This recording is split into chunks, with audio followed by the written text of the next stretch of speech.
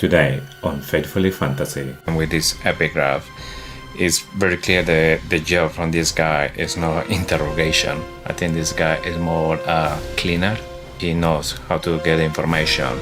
And when he starts to see that, okay, this information is dangerous, he just get rid of that. Her theory is that Jack Barlowe is Melgren's son. Melgren's son? Who else would they fight so hard to bring back? It's a third faction of the Empyrean who believe that the Venin have gone too far, and they just think the best way to survive is to support the Venin. If this is possible and it's happening, that the reason their own dragons are just going to the Venin, what I started to see is we're going into a civil war between dragons.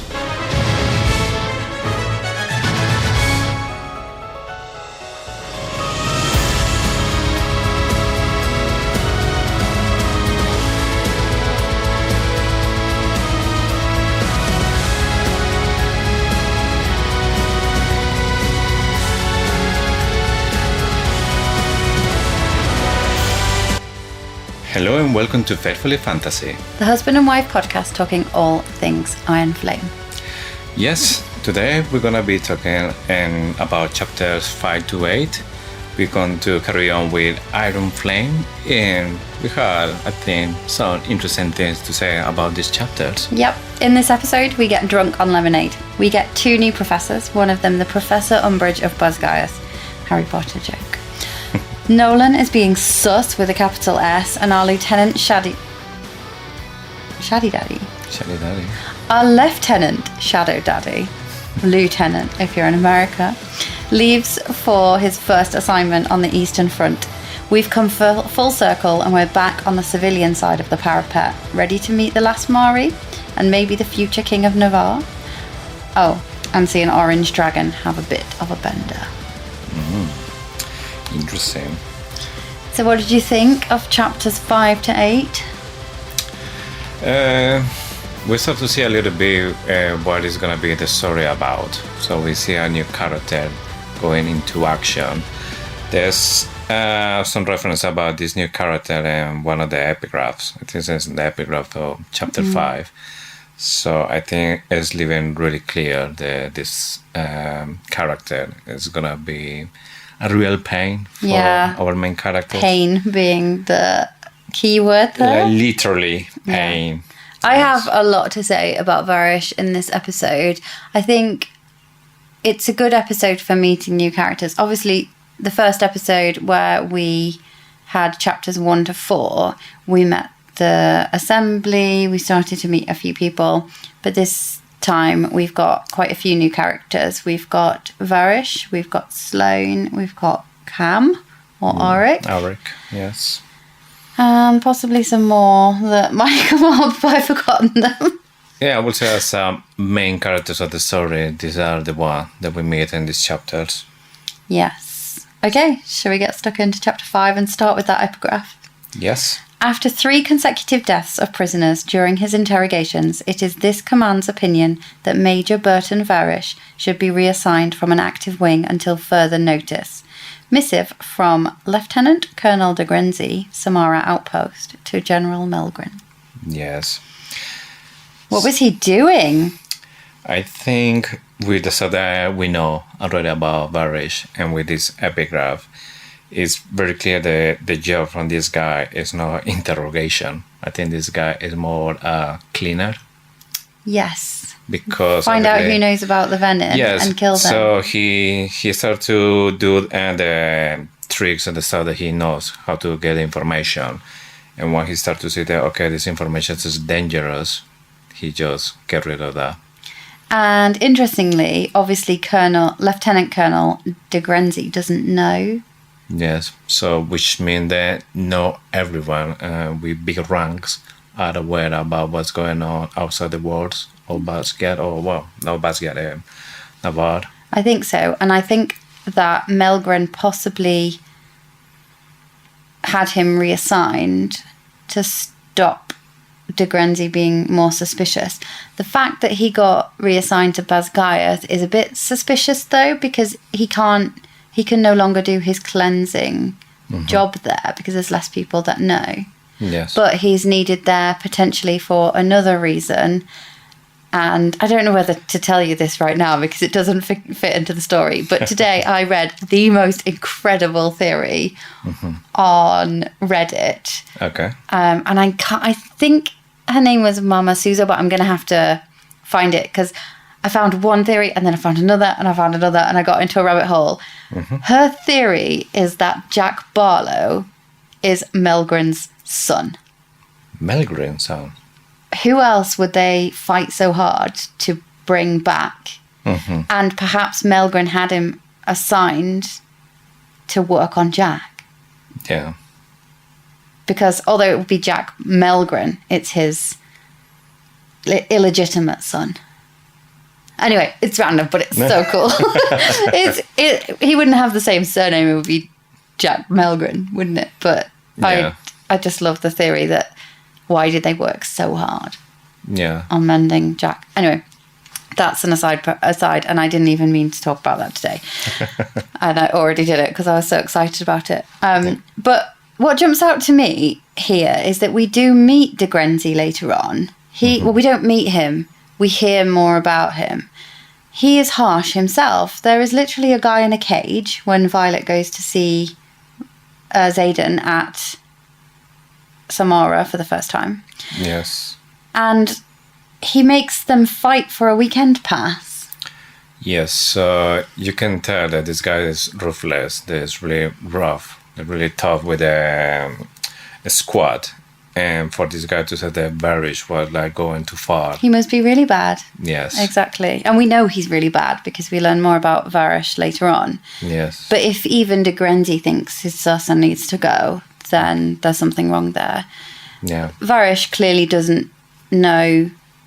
So I had thought that Varish didn't know when to stop, but I do think you're right. I think it's a job for him, and that's his role there. He cleans out the people who know about Venin. Yeah, I think the only thing they are doing is just moving Barish from one post to another one until things start to calm down a little bit. And then maybe later on he will just go back. So he's just moving, and he's still doing the job because keeping the secret a secret. Yeah, and they're obviously interrogating flyers, but they may also be interrogating civilians, and that's why so many civilians die, because the leadership can't risk the civilians, or well, obviously they would never let the flyers in, but they couldn't risk the civilians coming through and sharing stories about the Venin. Yes. The only thing that for me is not clear at this point is the Colonel Atos request Varys to go to Basgiath, or he just found out that he was going to Basgiath, and then he took the opportunity Used him to tell her what's going on with Violet and the other friends and what they need to do.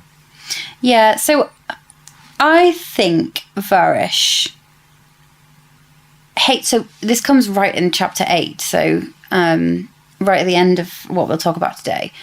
But Varish clearly hates Violet. Yes. It's not just the fact that Atos set him up to it. He clearly hates her. There's only really a few possibilities for that. And I am firmly in the camp that Varish was Venin, or is helping the Venin. I believe he's Venin. Yes. Because he got stabbed with a Venin blade, a runed blade, which kind of seals it. It kind of, why wouldn't he just be stabbed with a normal sword? You've got to prove that he's dead. And anyway,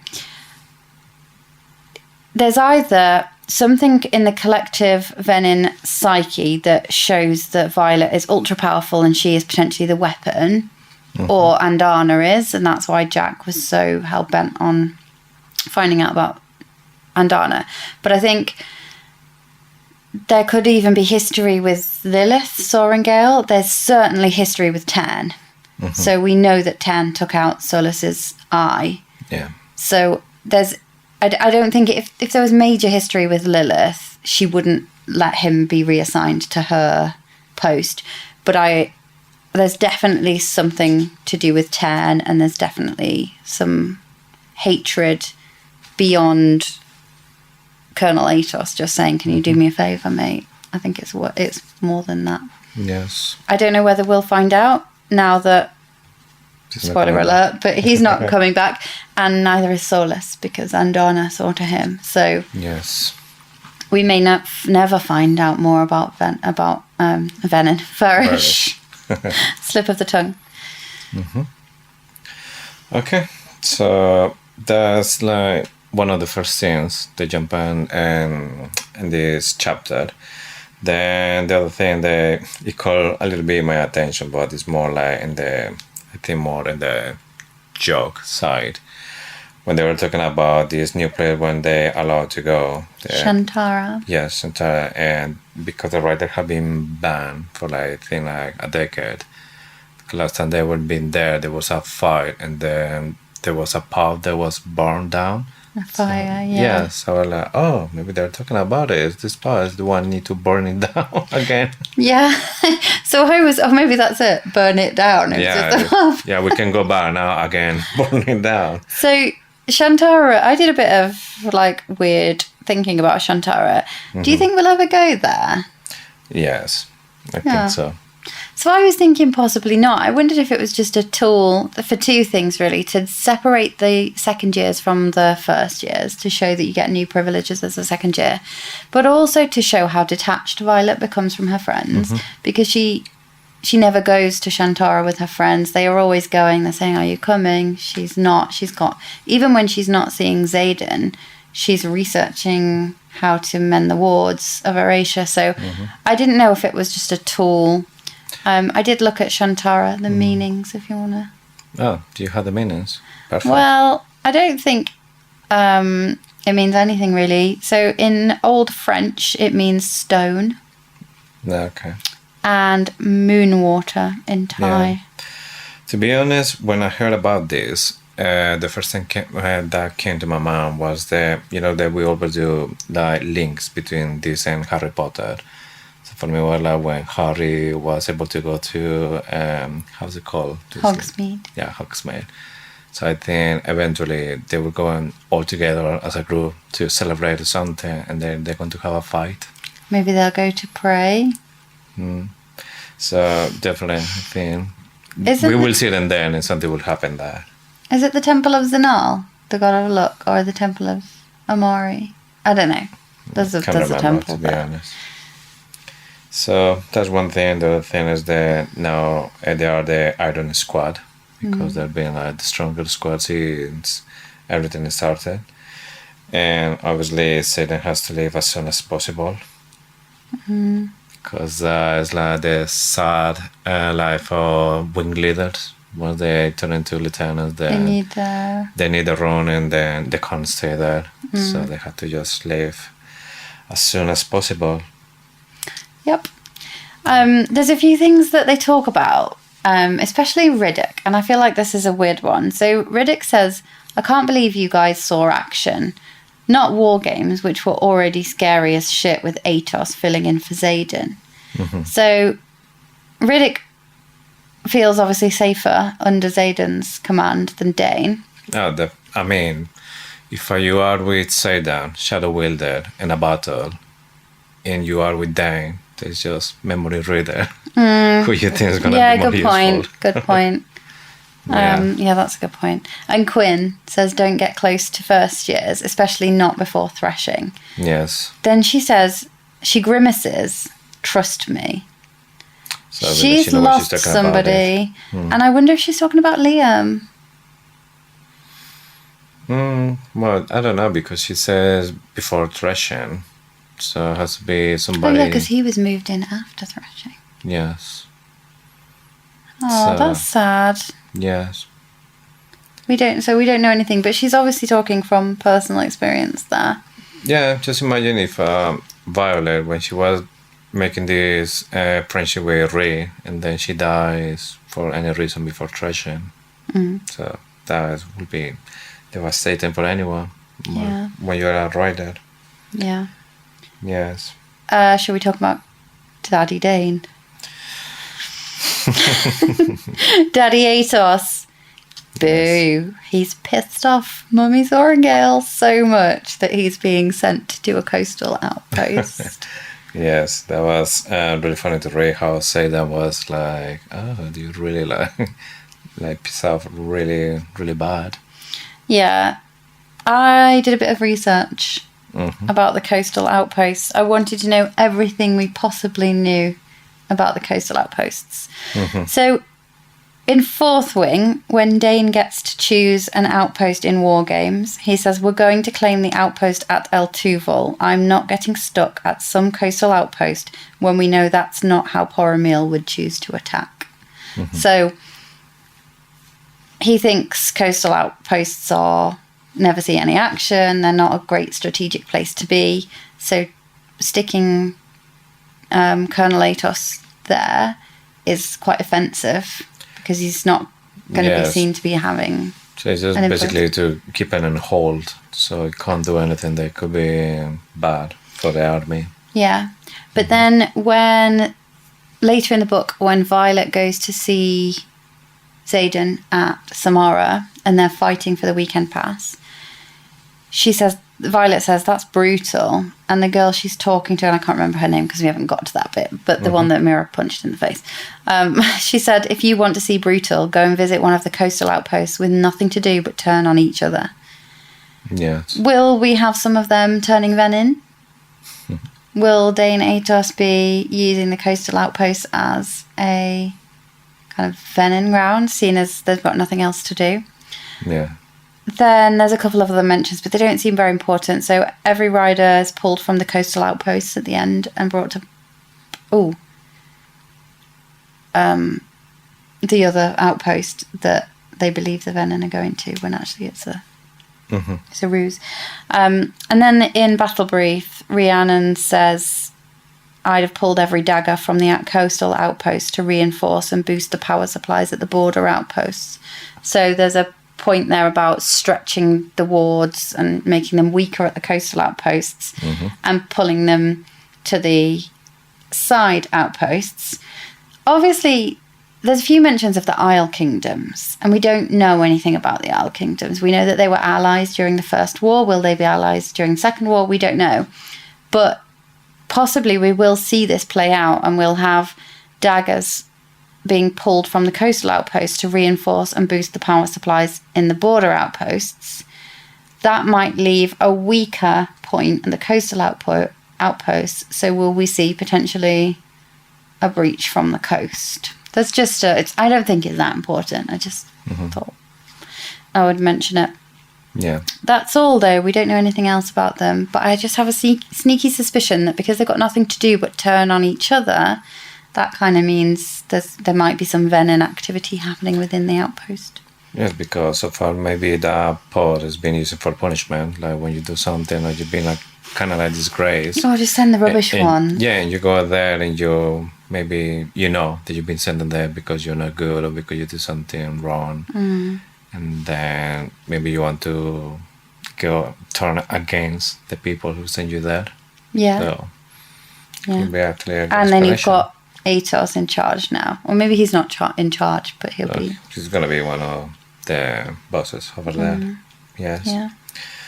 But yeah, after this conversation and introduction as well from Barish, because Atos was with this guy, and they received the letter from Melgren, and they said that each one have 14 days. 2 days of leave every 14? Yes, something like that. So that allows them to see each other every 7 days, basically.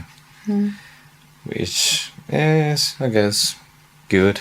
I guess when you are in that kind of situation, then maybe you had a relationship, you had to go through all the distance at least like once. Yeah, but it's not, is it? So she gets a weekend off, and he's not necessarily getting the weekend off.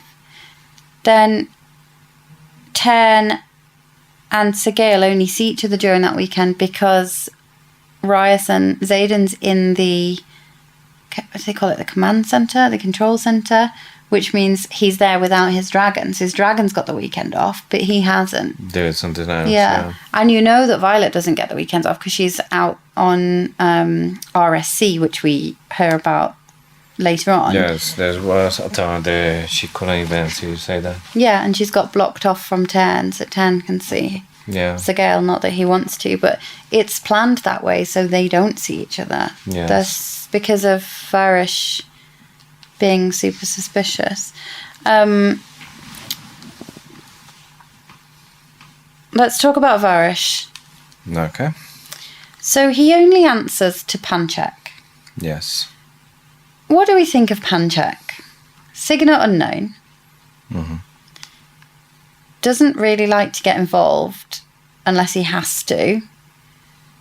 He says something like, punishment falls to your wing leaders. You don't want me to be involved unless I have to be involved. And then he says something like, you don't want me to be involved. And a sinister smile spreads across his face. Sinister is a bad word. Like, sinister is evil, soulless, beyond redemption. So that sinister is a really key word there. Rumour has it he wants General Sorrengel's job, then Melgren's. Mm-hmm. We know there might be an opening for General Sorrengel's job by the end of this book. Will Panchek become the General of Basgayath? Yeah. And it seems like he can't really be asked with more information. He hardly ever goes. Unless there's something important to say, like when Aura Bindhaven was... No, sorry. Mm-hmm. Amber Mavis. Was it Amber Mavis? Yeah. The one that was executed. Basically, we know nothing about Panchek. Apart from he kind of fumbles around. Like, he can't cope when Varish's dragon gets a little bit crazy.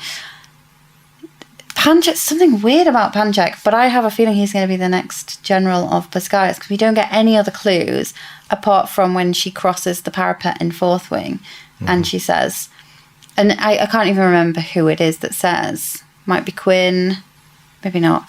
Anyway, I didn't do my research, but she just says, rumour has it, he wants General Sorrengel's job. Yes, there's a perfect opportunity by the end of the book, but to be honest, that's going to be something else that we need to talk because, you know, what I think about when there's a there, being like a couple of things to make him, to the reader, sure that, it's there. There's You don't else. think Lilith is dead? Unless there may be at the beginning or on a storm, you leave it You get clear. confirmation. They burn the body or she's been called in the death roll in a ceremony because she's a general, so it should be like something, like a special something. Yeah, let's talk about that when it comes. Yes. Otherwise we'll be here all night. I'm sure we've got so much to say. Yeah. I just feel like we need to know more about Panchek. We don't know his signet. Why is he in that position? Normally the signet defines your career. Yeah. I think at the moment the only thing that he wants is have the power but no responsibility. So he's just like flying low. So not being asked too much and not being a lot of responsibility. He just wants the charge or maybe he just wants the title. That's it. Yeah. Like how it looks. And then after that when we hear this sentence, it's going to repeat a couple of times during the book. The secrets made for leverage, they die with the people who keep them. I think that's foreshadowing for how Atos will die, Colonel Atos. Mm-hmm. Perhaps at the hands of a truthsayer? We don't know. Need to wait. So, secrets make for poor leverage, they die with the people who keep them. Yes. I think Atos has a lot of secrets and I think he will die. He definitely has something with the Venin. Either he's collaborating with them directly or he just somehow is manipulating, giving them what they want. So he putting just like the cheese to the mouth to come. But we don't know yet how deeply he is with this. Yeah. I think he's I think he'll die and perhaps Dane will have a part to play in that. Obviously Atos is a secret keeper because Dane needs... Dane's an intrinsic. He needs information. Is that because his dad has kept information from him? Where's his mom? Yes. Does Dane want to know more about his mum that his dad wouldn't tell him? Is that why he wanted memories? He can't remember his mum, maybe? I don't know. But there's something suspicious there. And I think this is how Colonel Atos will die. I don't think he's making it out of the 5-book series alive. I kind of hope he's not one of the key deaths in Onyx Storm, because I want his villain arc to last a long time. I'd like Dane to be in a bit of turmoil. I'd like that to last a bit longer. I'm hoping it's not Onyx Storm, but I don't know. Well, to be honest, when I think about Onyx Storm, I definitely, it's going to be all related to the Venin. Even Rebecca Jarrett said that already, that we're going to see a lot going on about the Venin side. And, when I'm thinking like links from this book to other stories, it reminds me a little bit the Star Wars. In Star Wars, the 3rd movie, there's the Revenge of the Sith, as when basically the good guys win all the battles. So when they eradicate the Jedis. So here, I think that maybe in Onyx Storm, we want to see the Venin, they're coming really strong, and something really bad is going to happen with the riders or with the wars, with everything. And then we're going to see like, oh shit. Yeah, and she did say in the interview that she did this week, or the panel event she did this week, she said, "You are all going to hate me at the end of Onyx Storm." So yeah, I think it could be. I think we're in for a real crazy ride. Chapter 6. Chapter 6. So the epigraph, I read it. The only thing that caught my attention when it says writers made their own rules, which I'm not sure about it, because in the end it's the dragons, the one who made the rules, and the writer is the one who follows. Not always. It has to be like at least like an agreement. But if the dragon says something, like you're not going to do that. No. We know that. Yeah. What no one openly says is that while all 4 quadrants obey the code of conduct, a rider's first responsibility is to the codex, which often overrules the regulation other quadrants live by. By definition, riders make their own rules. Major Offender's Guide to the Rider's Quadrant, unauthorized edition. Why is it unauthorized? Yeah, I always wondered that. Like, he made these rules, or he made this book, or whatever. Do you think it's a man? I think it's a woman. How interesting. We would find out in the Spanish book. Yeah. Is there a different name for major in rank, if it's a man or a woman? No. I think it's exactly the same. Major is just changes the pronunciation, but it's the same word, major. Ah. So you won't be able to tell. Say. How interesting, though, that you think it's a man. I just assumed it was a woman. Okay. We haven't met another major who's a woman, though. True. But anyway, should they not be making their own rules? Should they or shouldn't they? They are different. This is the thing. They are in the front of the battle. They are more likely to die. So there should be like some privilege, or there will be some stuff that a rider shouldn't do. There may be people from other quadrants, like infantry or, I don't know, healers, for example. They're above, and they know it. The riders are the elite. Yeah, literally. That's what they say in the land nav course, isn't it? When we're flying, we are literally above you. True. So, yeah, I definitely think that you can't trade the riders at the same way. Yeah. Yeah.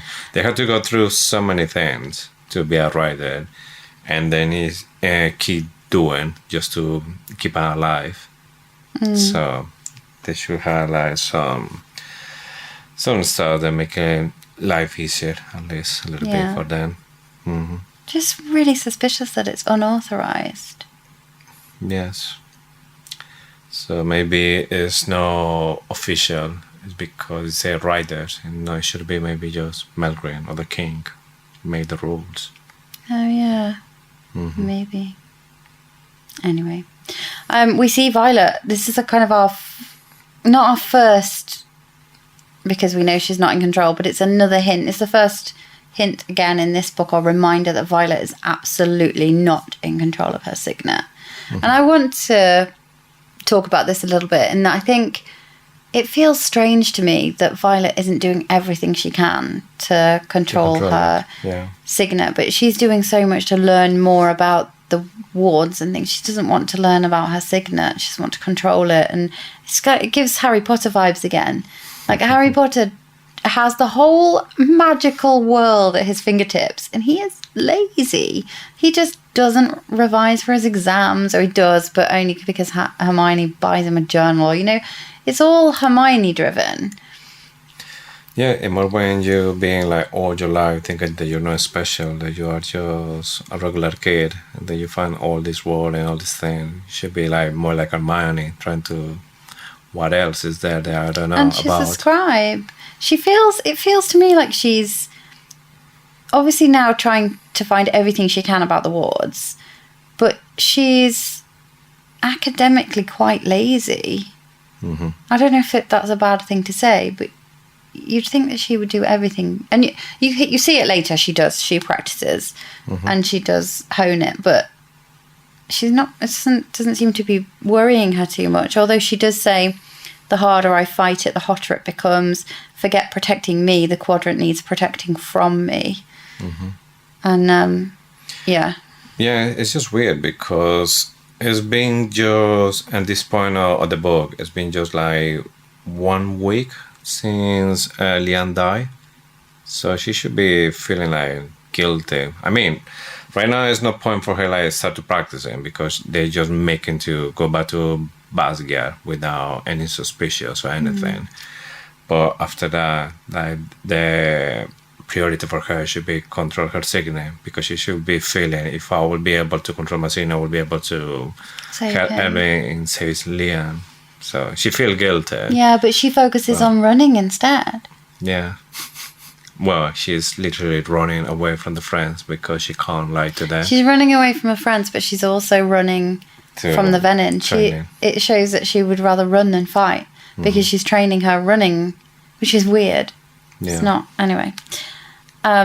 We talk about Samara. So this is where we hear that Xaden is going to Samara. He's going to the Eastern Front, which he kind of says there was no other options by the time he chose. I think he would have chosen to go there anyway. Number one, he wants to fight. He wants to be at the front. Number two, it's a better place to get the weapons out. Yes. It worked strategically for the revolution. So I think that, it worked for him, because obviously they thought that he was dead, so they're not going to assign anything. And then when they found out, oh, sugar, he's alive, then they need to give it something. But then Violet, she was like, oh no, then you're going to the front.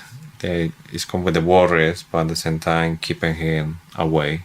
So you start to see this kind of like fight that he wants to be with her, because even at some point he said, I'm guessing that you're not going to offer me your room to stay. And then she said, no, like, that I want full disclosure or nothing. But it's when you start to see how it's going to be for a little while with these two. Yeah. I think they talk as well. Ten and Sigil won't be able to communicate over this distance. They'll sense emotions, but that's it. Yes. So, do we think at some point Violet and unless Xaden, now he's Venin, spoiler. now Xaden's Venin. Perhaps now maybe that bond with Violet will dim a little bit as well. He could choose to sever that if he wanted to. I don't think he would, because that's the reason he turned. But you don't know what's going to happen.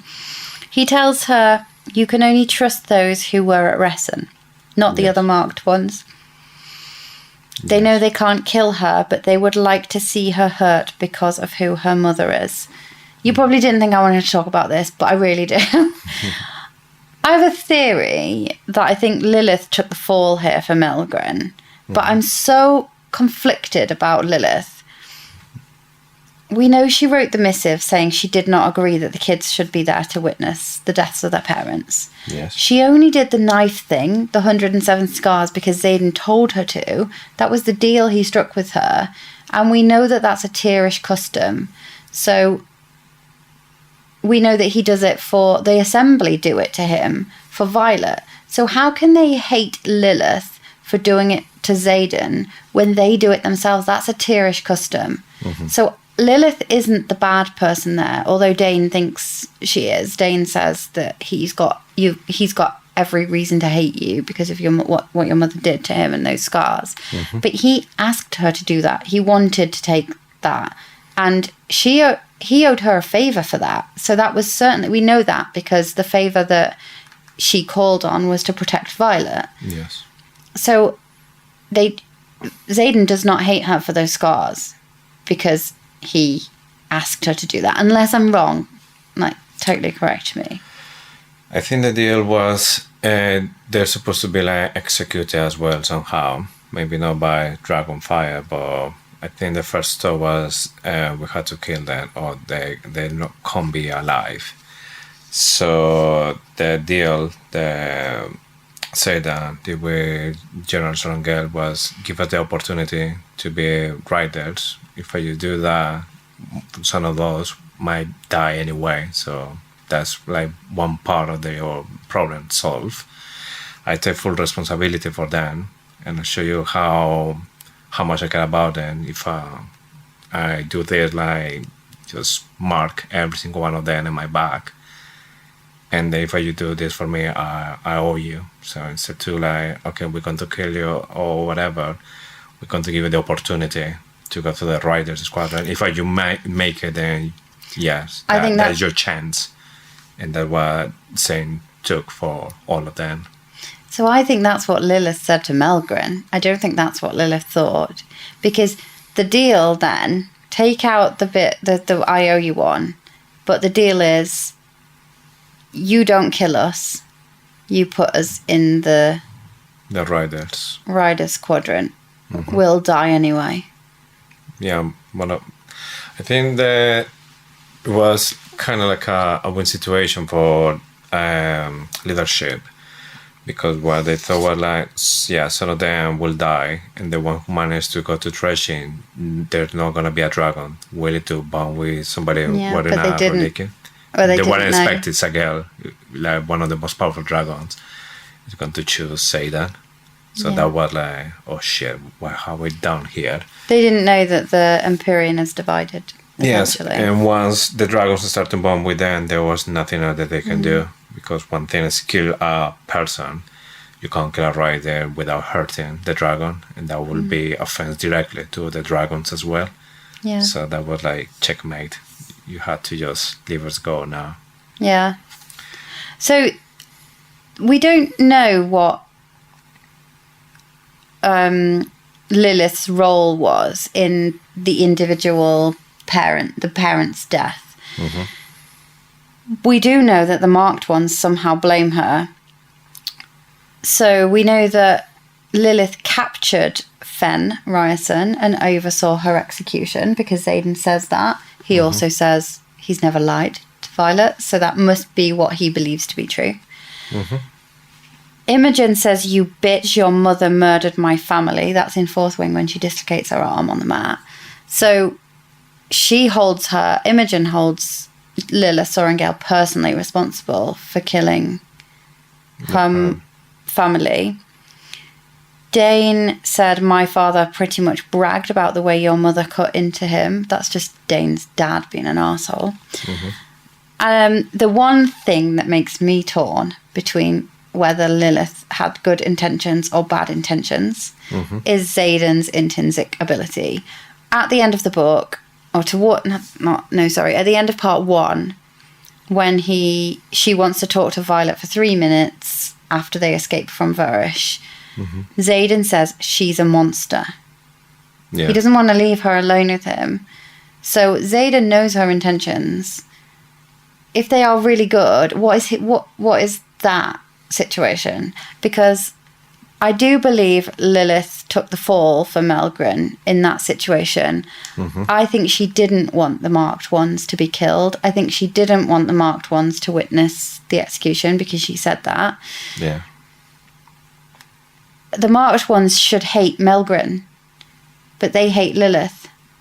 So I don't know what there is. And there's this part from Xaden calling her a monster. Yeah, it's like, what does it mean? Like, in the way that she acts, or maybe it's a literally monster? She's a monster. I know we've got some thoughts about this, but I think we should Wait those until the moment. save those for another day. I think we get another potential call out to the fact that Violet might be a truthsayer. Although I did see, and I was like 100% dying on this hill, but I did see a really good reel the other day going into the distance wielding thing again. Anyway, how can I want someone who refuses to tell me the whole truth? Yes. That's another hint. Yes. I mean, this chapter is just Violet's core. How much is... how important is the truth for her? There's something that for her is something that it shouldn't be something to negotiate. It should be just full disclosure. That's the thing that she can't understand why Satan is doing this, but really the other thing that she doesn't see is that Satan is the leader of the whole revolution. There's a lot of things that he's holding. Even Rebecca Yarros said that Violet is really naive, thinking that if you're married to a CIA agent, you can't wait, or you can't expect that your husband coming every single night telling you why it's done or what's going on at work. Satan is exactly that kind of person. So yeah, but like she needs it, and that's her core, and that's why it's such a strong hint. Yes, because she's being wide open within, so she's expecting exactly the same. Like, I'm giving you everything, so I'm expecting exactly the same from you, even when you're holding more stuff. She's not giving him everything, though. Well, that's how she goes to him. She got no secrets. Or and now anything. she's being really naive and a bit childish in keeping the fact that she's going to be researching the wards from him. And she literally says that, doesn't she? She kept it from him partly just because he kept stuff from her. It was a bit petty. Right, so we have some change in leadership. Yes, so as we were expecting Dane, he's the new wing leader. Damp Dane is the wing leader. Yes. Nepotism? Or his performance through the year? I mean, apparently he's good, so we can't take all credit of the stuff that he does. He put a lot of effort. I think just because he's an ATOS as well, maybe he thinks that he needs to show more. It's the same as Mira when she was a cadet. She's a Soran girl, so people are going to hate her because of that, or going to expect more from her. So because he's a colonel's son, so he's good in some stuff.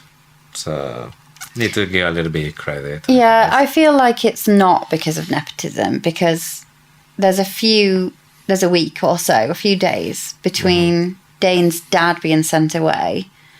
If it was all nepotism, Dane's dad fucked up. So that would be reflected on his son if it was. But I don't think it is. I think, well, we don't know who selects the wing leaders. We don't know, although I could be almost certain that Xaden didn't choose, because he would have chosen Bodhi, when we know that he doesn't 100% trust Bodhi, but he would have chosen somebody else for that. If it's Lilith, we know that she has a lot of respect for Dane, and we also know that she doesn't like to hold the children of the parents who have fucked up to account, because we've just spoken about that. We know that she didn't want them to witness the execution. So if it is Lilith, she's not holding Colonel Atos's actions against Dane. Yes. And then we had another good news, something that we were expecting will happen. It happened as just Ree as a new squad leader. Yeah. Were you surprised? Or I know you weren't actually because you called it, but I do think if you sit and think about this, I think it's a bit of a surprise. She's clearly good, Yes. but she's a second year like Dane, and it said only exceptional cadets become squad leaders in the second year because you've got the third leaders, the third year. Imogen was the one who stood up during the task where they stole the map. Imogen was the one who took the lead. She's very, very clearly a leader. I wonder if we're seeing some prejudice again there. I think it has to be two things happening for being in this role. First, yes, you have to be the best, you have to be exceptional. And second, you have to show interest in the role. And I think that's the thing that Imogen, she doesn't like. She's a leader, but if you remember when she was taking like the leadership, it was more against her will because she was saying, okay, nobody else is doing it, so I'm doing it. No, she did it. She just did it immediately. She just put her hand up and she went, second squad, this way. Yeah, so she's a leader. She's like a natural leader. But then when it's about to just give the, like, show the face or be like actually like official leader, I think she's more like step down. Like, yeah, but I think the whole thing's a bit weird. So Bodhi is a section leader. Garrick was the section leader before. That means all the section leaders were third years and they've gone because otherwise a section leader would then become a wing leader. So you always must get a jump. Either a third year becomes a squad leader, which is more normal. But in the Iron Squad, in 2 years in a row, you've had a second year. Yes. Bodhi was not made a wing leader because he's marked. Imogen was not made a squad leader because she's marked. I think the only reason Xaden became a wing leader was because Lilith needed him as a wing leader to protect Violet. I don't think we will see another situation where a marked one is in a leadership position. And I think that's deliberate. I think it's prejudice. Yeah, but there's a massive difference between Xaden and the rest of the cadets. Bodhi is insanely powerful. Why is he not a wing leader? Yeah, but his sickness is more for defense. He actually can't attack. He can use... He just neutralized the sickness. Yeah, He good can't point. attack it, so... Good point. But also he obviously does show leadership because he's a section leader, which is higher than a squad leader. Yes. So was he a squad leader last year? Must have been. No, he wasn't. I don't know. Squad leader was... Was he a squad Dane. leader? No, but he could have been the other the leader. one, He wasn't yeah. in their squad, was he? I don't know. We need to have a look at this. But I feel like there's more prejudice going on there. I do think Imogen would be a good squad leader. Oh, yeah, definitely. I agree. She's the best. She's better than Rey. I think she will be better. But the thing that I see from her is that she doesn't want to deal with other people, have the responsibility. She's a natural leader, but... I think it's more that they don't trust her to stay loyal to Navarre. They trust Ree incorrectly, but they do. I think they trust Ree more than they trust Imogen because Imogen's marked and she fought at Ressen. Yes. What's your first order? Liv. I don't feel good for Ree. Yes. And even Violet said that I wish that would be the easy or something like that. I don't think Ree's making it through the series either. I've said that twice today. I've said Daddy Atos is not making it through the series, and I don't think Rhiannon is as well. I think she's gonna be like the reason that everyone's going to hate Rebecca. Yeah. I think could be her though. And to be honest, I'm more thinking about Reddock and Onyx's Stone because I see that pattern there going on. So yeah, I see that too. He's cheated Malak once, like and Violet Liam. has been involved in the cheating. So Yeah. yeah, could be the Chapter 7. chapter 7. Epigraph. Should I read it? Yeah. All tome requests at the archives of Basgiath must be recorded and filed. Any cadet who fails to do so will be reported for dereliction of duty, as well as punished for the loss of any text they failed to accurately track. Colonel Daxton's Guide to Excelling in the Scribe Quadrant. You know what I have in my notes about the epigraph? Is Serial alert. something boring about returning the books to the archives. Only interesting thing, who is Colonel Daxton? Right, I think there's something interesting in the text as well. Oh, really? Violet's dad is Colonel Daxton, and he was reported for dereliction of duty. You think? Yeah. Any cadet who fails to do so will be reported for dereliction of duty, as well as punished for the loss of any text they failed to accurately track. Blah. I'm going to say that again. Any cadet who fails to do so will be reported for dereliction of duty, as well as punished for the loss of any text they failed to accurately track. I think he was killed for dereliction of duty.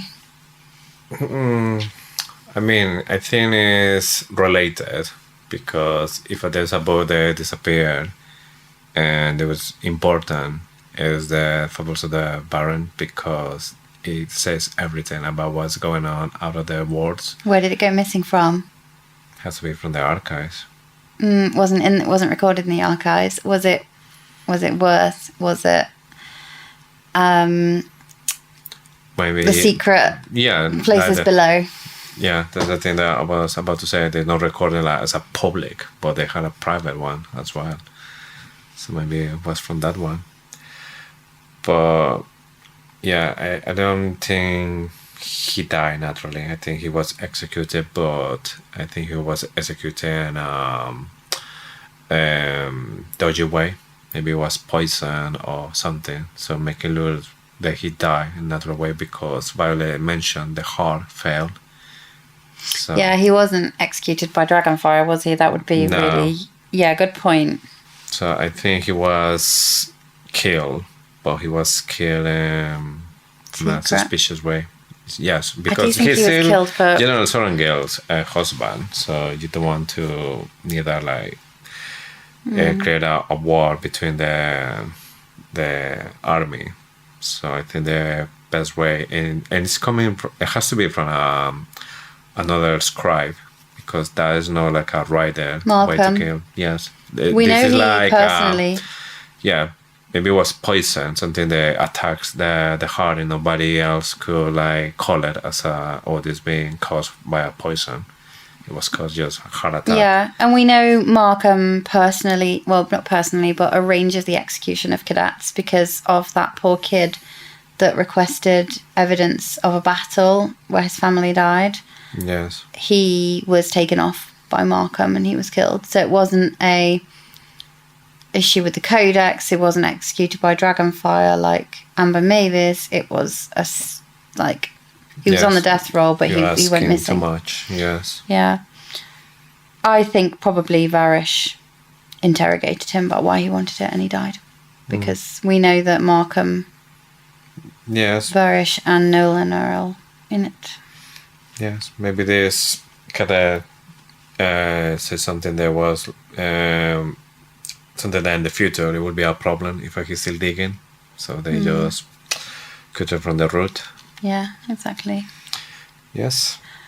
Do you have anything more on the epigraph? Because I've got a weird question. What is it? Why do people arrive one day early for conscription? Do they just camp outside? And if so, why? This is an active war... this is a barracks. It's not just a war college. It's also an army barracks. Mm-hmm. Isn't that a bit of a security risk? Just having a load of people outside. Happy campers the day before conscription. Weird. I guess there's maybe people coming from very far away and they don't want to be late, and apparently there's no hotels or anything just close camp outside. Yes, it's just weird, but it's one of those things, isn't it? Mm-hmm.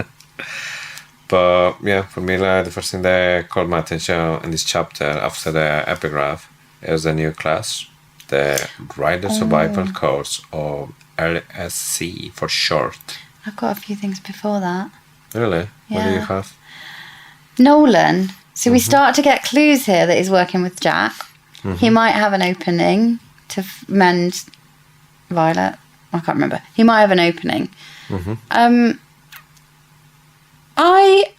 Why is Nolan trying to mend Jack? So I mentioned the one theory that he might be the illegitimate son of General Melgren.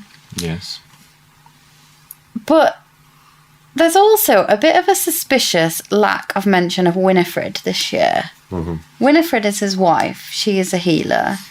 She's like a side character, but we don't hear of her at all. I mean, we don't go to the infirmary, but other people do. Is Winifred being threatened in some way? And that is why Nolan is doing it. Because I know that Nolan is very loyal to Navarre, but he would also never he's already said he would never do anything to harm Violet. And later, obviously, anyway, we'll get to that point. But he clearly knows about Venin, because there's a missive, again, later in the book, that says there isn't a cure, there is only control. Yes. But I just feel like that's the first hint we get. We don't have to go into it because we'll go into it deeper in other episodes, but it's the first mention. I have a theory about it. And it's, the Jack Barlowe, he was a Venom before he had the fight with Violet in the mud. Because when they were fighting in the mud, he started to have these Venom powers. So he was already a Venom when this happened.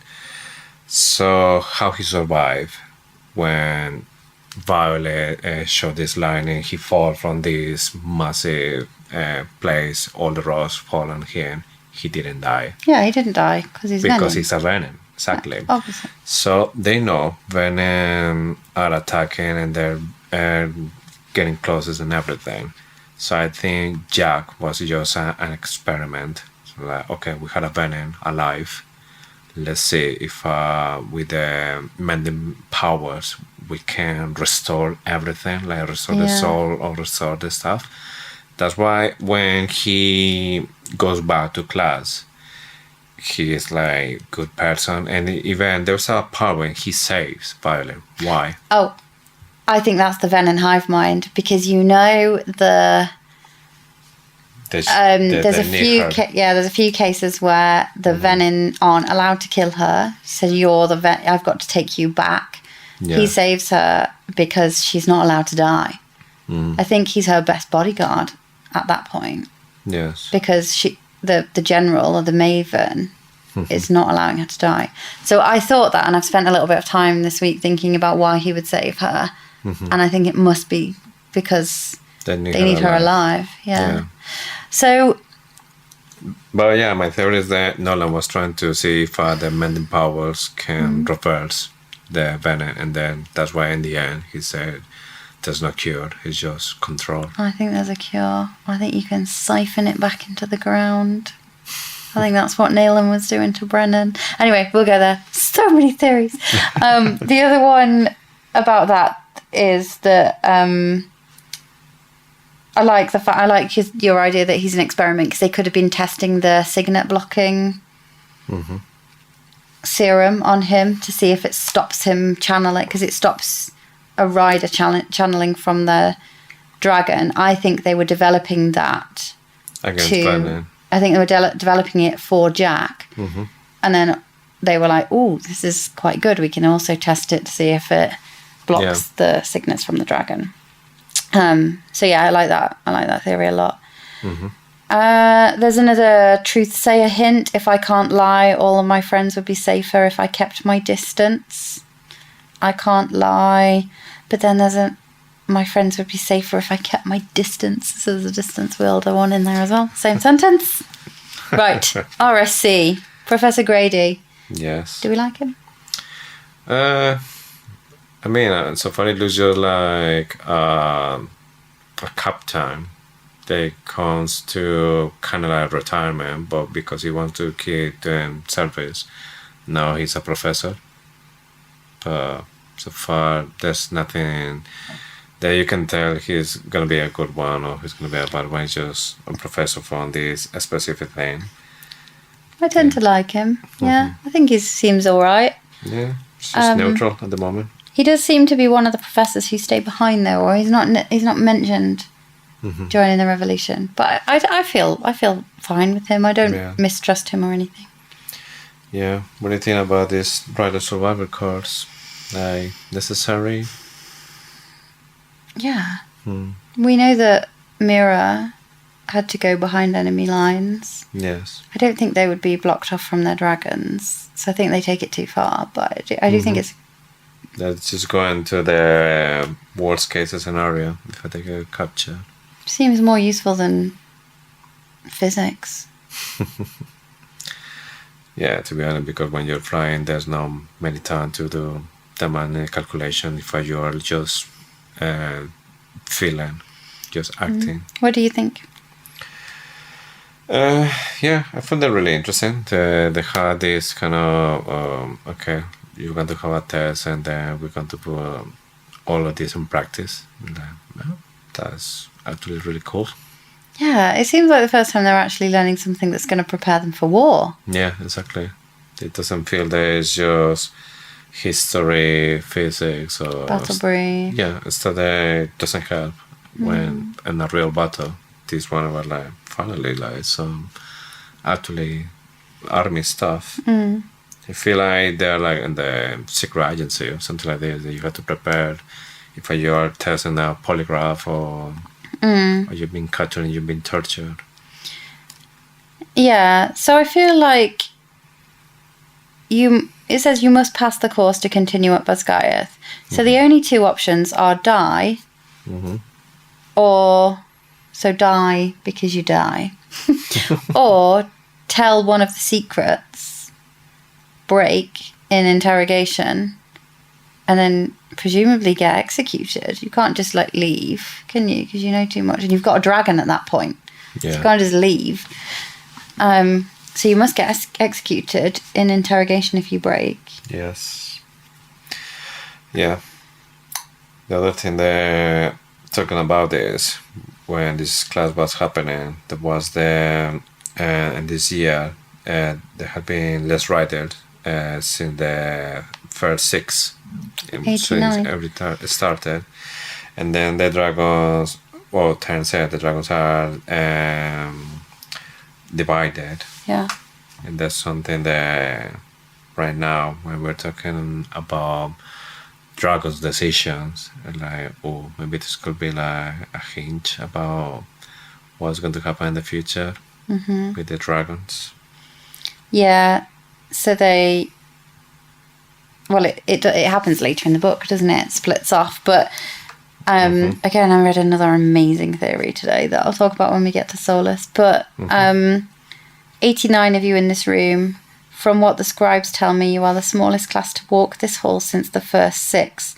Can I get this? Like, I don't get this. I need some explanation. So it went from 6 to hundreds. Yeah.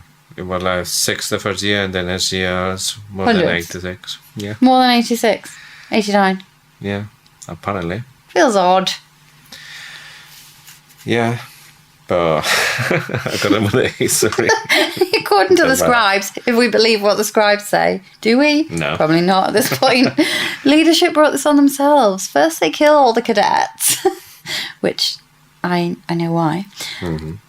And 2, or secondly, fewer dragons are bonding because of the lie and the wards failing. So... It's too much going on. Yeah. Yeah. It says humans aren't the only ones Sorry.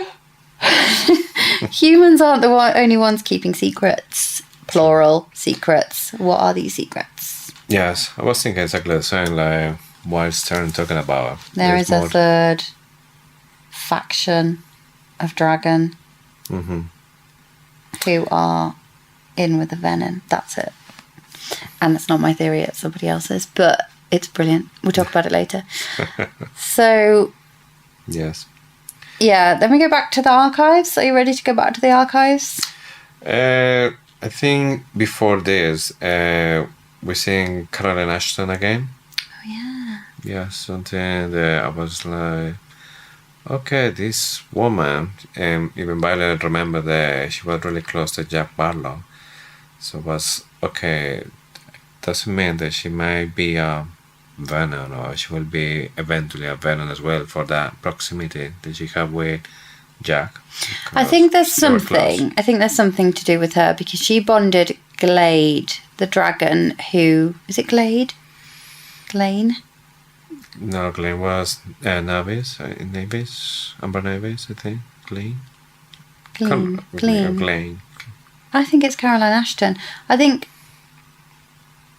we need to check this. Yeah, it's really similar, I think.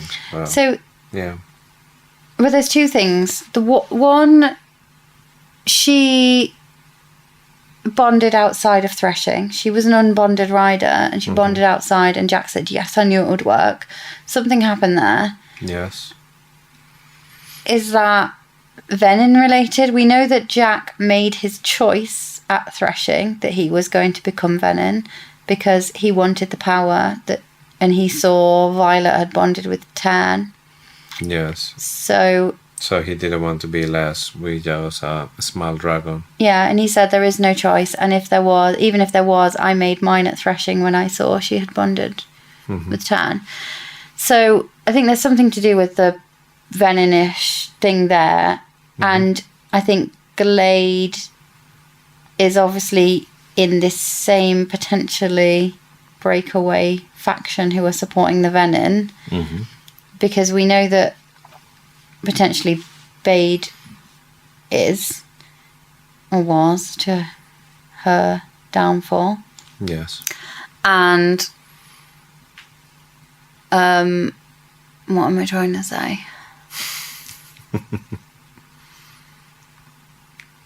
Caroline is oh no, I remember. Sorry. Day, Liam's dragon. Do you remember Day had some beef with Caroline Ashton's dragon? Yes. So what were they fighting about? Anyway. Sorry. Interesting. It wasn't. I don't. It's not because it's only a half-baked theory. I'll spend some more time on it. Okay. All right. Anything else you want to say apart this, or straight away to the archive when Violet is coming with a brand new plan to save Aracia. Aracia. I don't know why I'm saying that. Aracia. So there's a link between RSC and there's or what she says in RSC about RSC and the archives. So she says, "Now I'm simply existing with the ever-present danger of Vice Commandant Varish, Atos's threat hanging over my head, a secret revolution that could get us killed at any moment, and now imminent torture from RSC. Kind of missed the ladders of the archives." And then when we get back into the archives, she said, "Gods, I missed this place. I missed what I thought my life would be. Simple, quiet, noble. But I don't miss the woman I was." So we get two references very close together in the same chapter that she misses the archives, and she probably misses her dad. Yes. Probably because it was the play when she was so close to him, and it seems that he was like really affectionate with the kids, or he was like more present with the kids. The We read General them Sorangel. stories. Yeah. Yes, exactly. And we've found out a little bit more about Daddy Sorangel during this because Yesenia is there. Violet is looking at her, and then she's kind of thinking like, I would be her if I would make everything was as it's supposed to be. And then Yesenia mentions as well something about I like these quiet days. Remember when we used to just help Markhan or your Dad. father when we had these kind of days? And then she said like, "Oh, I'm really sorry what happened to your father. He was really good with me, or really nice to me." So, No. Talking about Liam. was Leanne? Yeah. I thought we was talking about the father because No. it was between talking about work No, for she. Markhan. So Violet was just thinking that. She was just thinking, "I remember the quiet days where we used to sit." She didn't say that out loud, or she didn't sign it to Yesenia. Yeah. And then she said, "I heard about," and then a lump. It's because Liam used to go to the archives with her, so Yesenia was talking about sorry Liam. about Liam. Yeah. Okay. Sniff, sniff. Yeah, didn't go clear that one. Can we talk about Nasya? Nasya, what about? What the fuck is going on with Nasya? He's always sleeping. So we actually met him in Fourth Wing. Mm-hmm. He complains that there isn't any fresh air in the archives. Do you remember when Violet goes back and Markham's wandering around with Jacinia and it's Nasya, and he's saying, and Markham gets Violet to explain why there's no fresh air, and it's all about the protecting the books. The books, yes. So was that just foreshadowing for his role in this book? Is he struggling with the lack of air and he's always asleep? Because I struggle. Like, you always get tired, don't you, when there's no air? So is he falling asleep?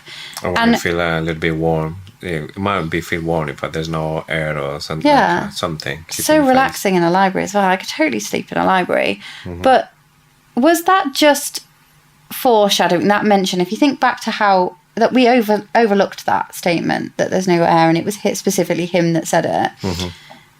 And was that just foreshadowing for his role in Iron Flame, where he's sleeping, they can always sneak past him, or is there more to come from this guy? Expecting more of this guy sleeping. Yeah, he's always the scribe guarding the archives. Don't they ever check that he's not sleeping? Is he unwell?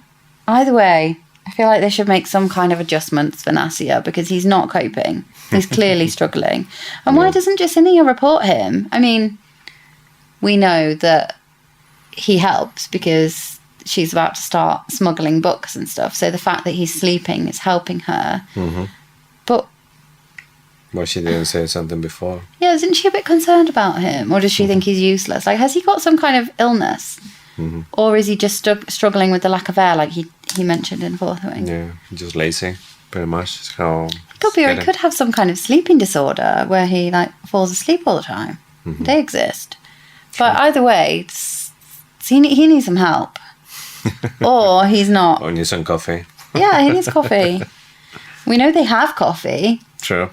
So don't give it to Violet when they're looking for Mira's news. Yeah. Can we step out of the story for a second as well and think about Jacinia? So Jacinia we know that Jacinia is transcribing this whole book from either Violet's journal, we don't know if she kept a journal, or Violet telling her what to write. Yes. We see Violet, or Jacinia is writing here about how Violet doesn't know whether she can trust Jacinia. So it'll be the first time for Jacinia in this whole book where she experiences the conversation from Violet's point of view. So she was in this conversation, or maybe not, it won't be the first time because they've seen each other, but the first time where she's really questioning potentially her loyalty as a friend. Yes. And she's also lying to her. So Jacinia knew it was a lie anyway, because she said she's a hopeless liar because she might be a truth-sayer. But it must have been a weird thing for Jacinia to be either reading Violet's personal journal, and if that's what she is, or listening to Violet tell her about her having doubts about whether she could truly trust Jacinia. It's a weird thing, isn't it? If you think every time now that we talk to Jacinia, think about that from Jacinia's point of view, because she's the one translating it. Yeah. It will be interesting to see what happened in the end, like how it goes to this point when it's Jacinia the one who is writing this story.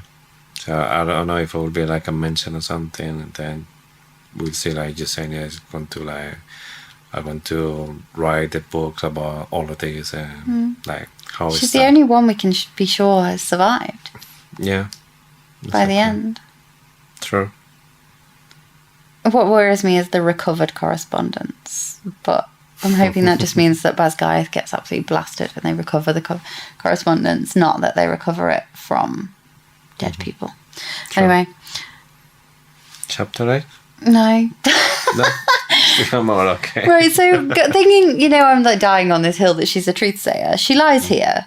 We know that Jacinia knew, so she knew she's a hopeless liar, but she is able to do it. And then she said here we go. There's no half true or there's no selected true. It's just my first lie. Yeah. So we know she can do it. There's no reference to power rising in her or anything. So there's no clues there that she would be a truth sayer, apart from later Jacinia saying she's a horrible liar. But I don't know how it works. It's like it was just from the people that you had in front, or it was for you as well. That you're not allowed to lie when you're a truth well, sayer. she says it even earlier in that chapter. If I can't lie, it's better that I keep my distance. So we know she struggles to lie, but she lies in this one. Yes. So I was wondering if you had any older books. I just wanted to look at exactly what she asked for. I was wondering if you had any older books about the founding of Basgiath. Maybe something about why they chose this location for the wards. Prepping for a debate on why Basgiath is here and not built in Chaldea. So Chaldea is where the king is. Yes. Do we ever actually find out? I think is it because the green dragon's lair is here and they have more intellect and they have like a closer connection to magic. Is that why? Yeah, I think there's something about the magic below the ground. Okay. Yeah. And let's look at what she got. So she got 2 tomes written more than 100 years ago. That's nowhere near old enough. Because we know that the wards were formed like 650 years ago or 600 which means that it's going to be useless because it's going to be something that some scribes just transcribe from people that already been living a lie. Yeah, exactly. And I did have an interesting thought about how Jacinia searches the archives and how libraries worked before computers. So they must have this big book where they look, so Wyvern, for example, we know that she searched Wyvern and later, and it must have all the books next to the word Wyvern. It must have all the locations of the books that contain Wyvern. It's a massive organisational feat, isn't it, having a library before having a computer? Yes, she was like the Google all the time. Yeah. But how it works? Ask Jacinia instead of ask Jeeves. Yes, it's just like, okay, you had the name of the book, and then you just go to the stand, to the shelf with the books that start with a letter, and then you start to like... No, it probably has a location, doesn't it? In the book, it probably says... A massive book, like a dictionary. Yeah, like an index. Yeah. An index of tomes. Anyway, chapter 8. Chapter 8. So, in this one, Conscription Day starts again. And now Violet's gonna be in the other side. When she's gonna be safe, you're looking other new cadets going, well, cadet not aspirants. We get a quote from the Book of Brennan in the epigraph. It's one thing to cross the parapet for your first year, but watching countless candidates lose their life to it feels a little like dying too. Don't watch it if you can help it. Book of Brennan.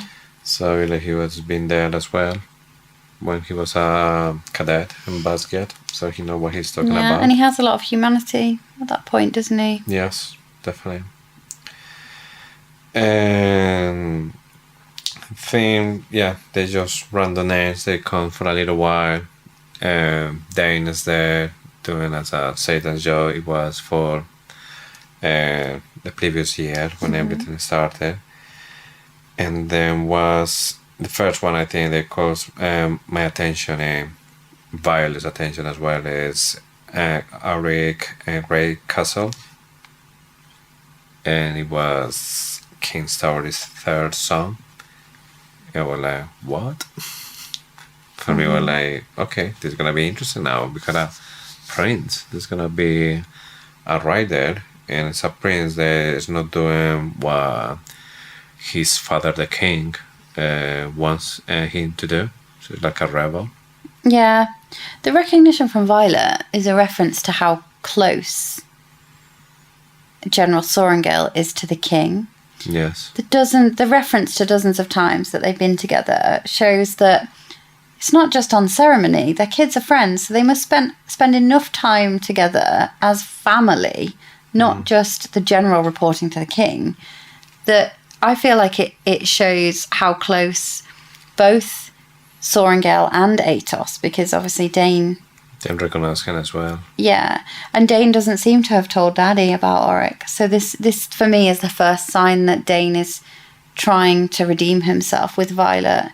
He doesn't seem to have run to Daddy Atos, does he? We don't know that at this point, but he could quite easily have sent a letter to his dad to say, Cam's here. Yes. We Yeah. also get a mention of Cam's older brother dying, threshing. Yes, that's something that I think by this time we don't know how he died or who killed him. That's the thing that was a mystery. Yep. We'll talk about that when we find out, shall we? Oh yeah, definitely.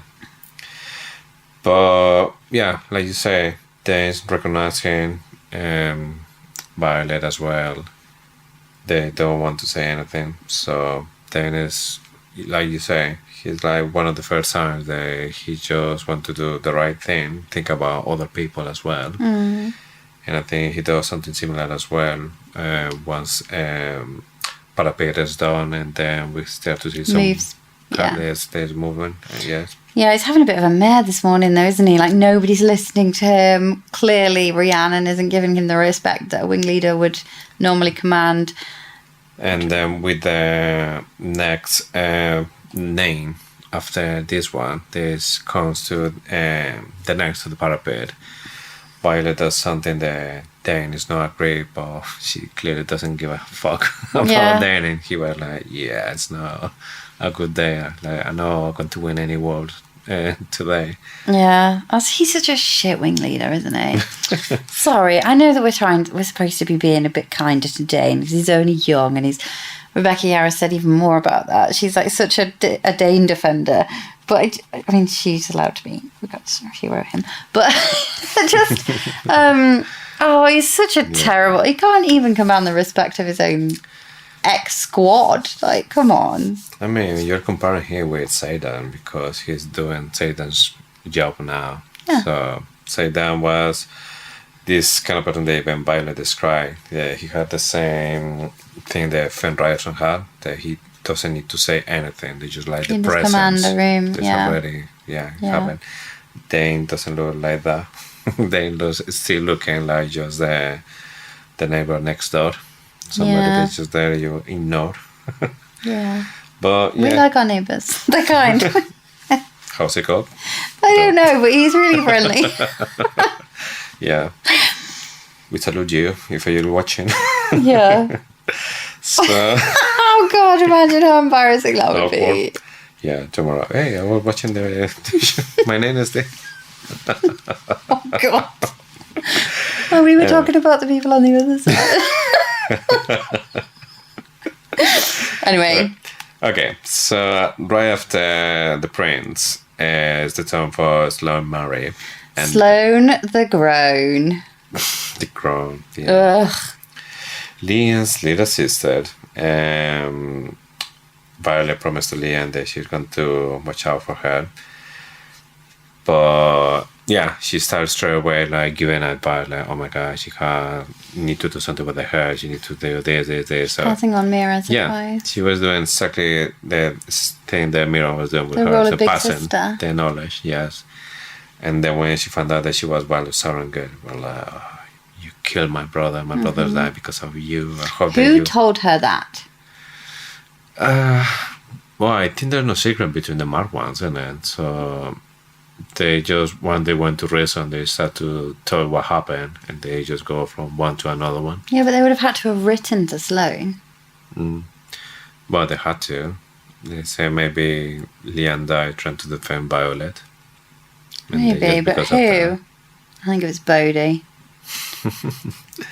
Well, she doesn't say. The other day she says that she hoped that she dies and nobody burned the stuff so Malik can take it or something like really bad. Can't even remember. Well, she said Malik doesn't even want you. And then Violet was like, yep, she hit me. Yeah, and Imogen says she's acting like a spoiled aristocrat. That's later, though. That's across the other side. I really love Sloane as a character, but for now I'm going to call her Sloane the Groan because she is awful at this point. And for a little while, until she gets Liam's letters later in the book, she is a real pain in Violet's arse. True. A few things, like 4 more riders fall. That's in 91, only 91 dragons agreeing to bond. I think we had 100 last year, didn't we? So that's 9 less, so even fewer. 4 more riders fall than last year, and I thought that was odd considering the good weather compared to last year. Like, it wasn't raining this year. Yes, less prepared, I guess. Mm. Because there's one of the things they said, at least there was no rain or there was nothing, but it's still falling. Mm. It must be wind. Were there more trying? Maybe it's like The boats. Maybe every one of them went to the same shop and it was as shit. Rhiannon. Yes. Yeah, weird. But yeah, there was a part of this chapter that was like, I think it was like really nice. The Violet is just looking as Lane goes, and she not looking to anywhere else. She just looking at her, and then when she passed, she was like, she made it. And she like telling to Leah, like, she made it. Like, it's gonna be okay. Oh, So. I'll never get over Liam dying. What else come from here? I think there's another guy that she says that is bigger than Dane. It's like a bull.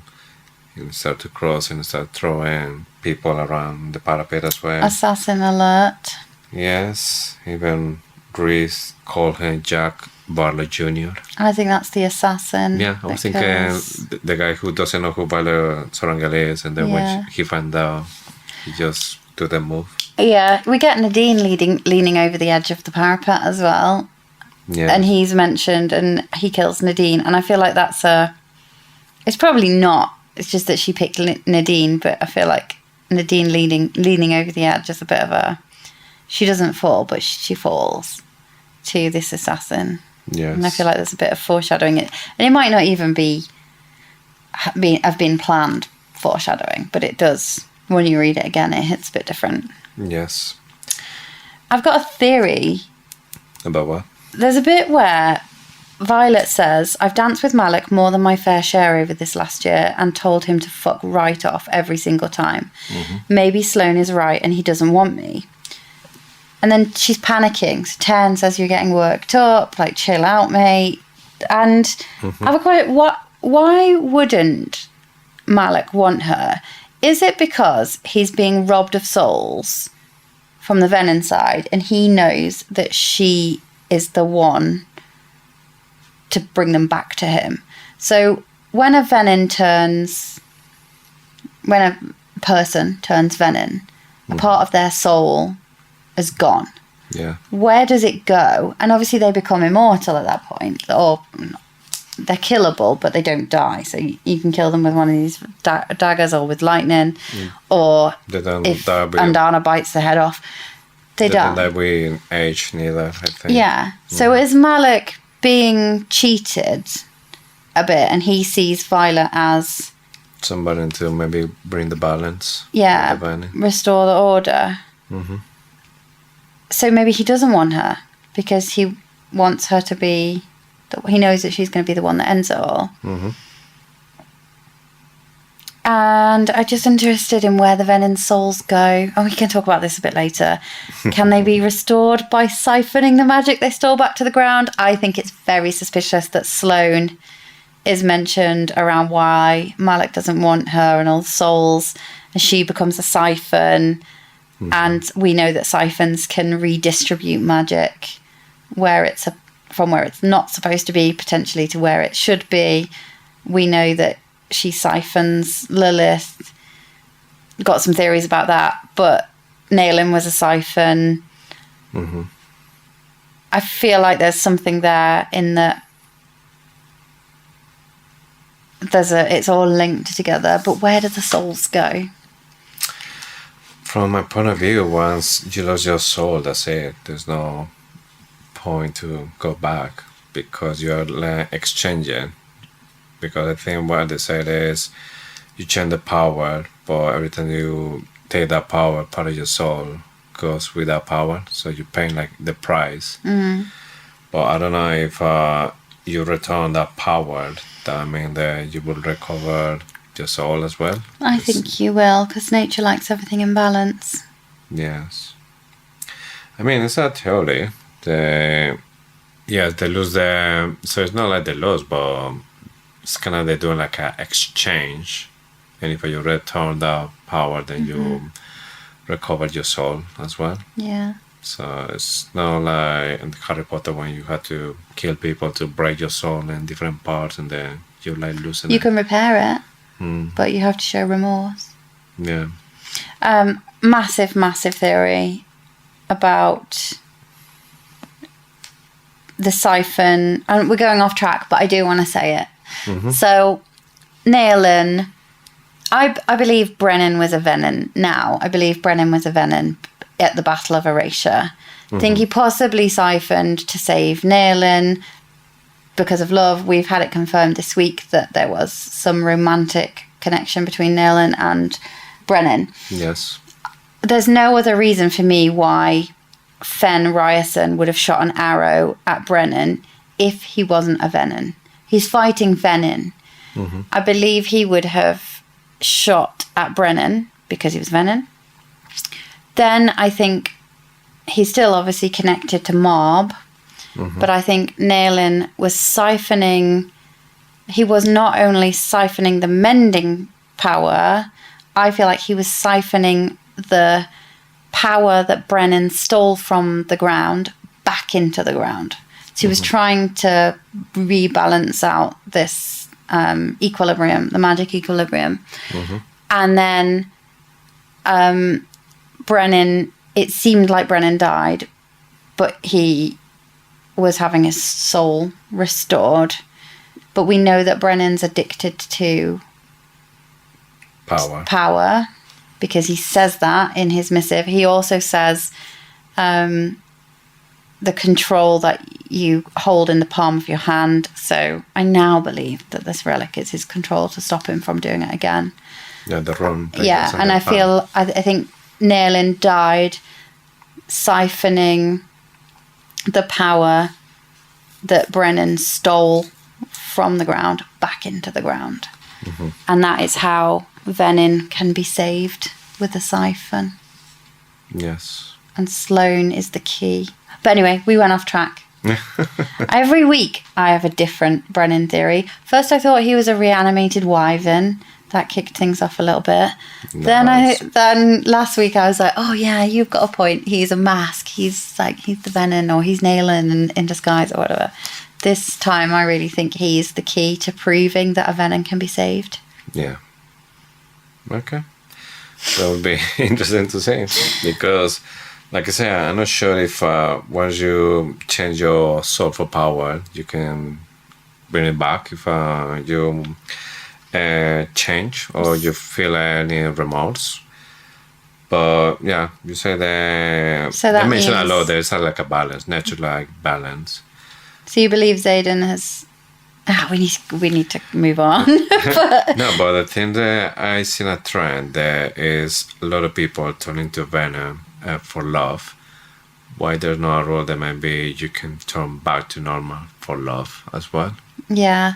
Then maybe you don't want to be separated of the person that you love, and being a Venom is making that, so you just want to get rid of that. Yeah, I totally agree. This is a romance novel. At the end of the day, it's got to be about love. Yeah. It's a fantasy book, but it's romantasy. Yes, there's smut, but it's about love.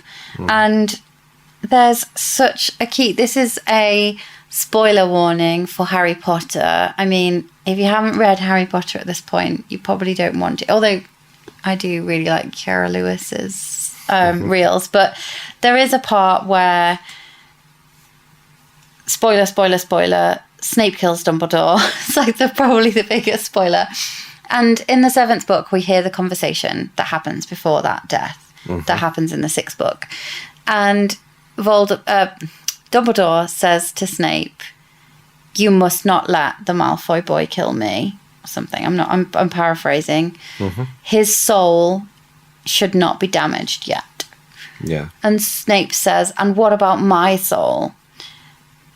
Dumbledore says, "Only you will know whether your soul will be damaged by putting an old man out of his misery," basically. He was going to die anyway. He's essentially doing it to save Draco from doing that and having his soul torn apart.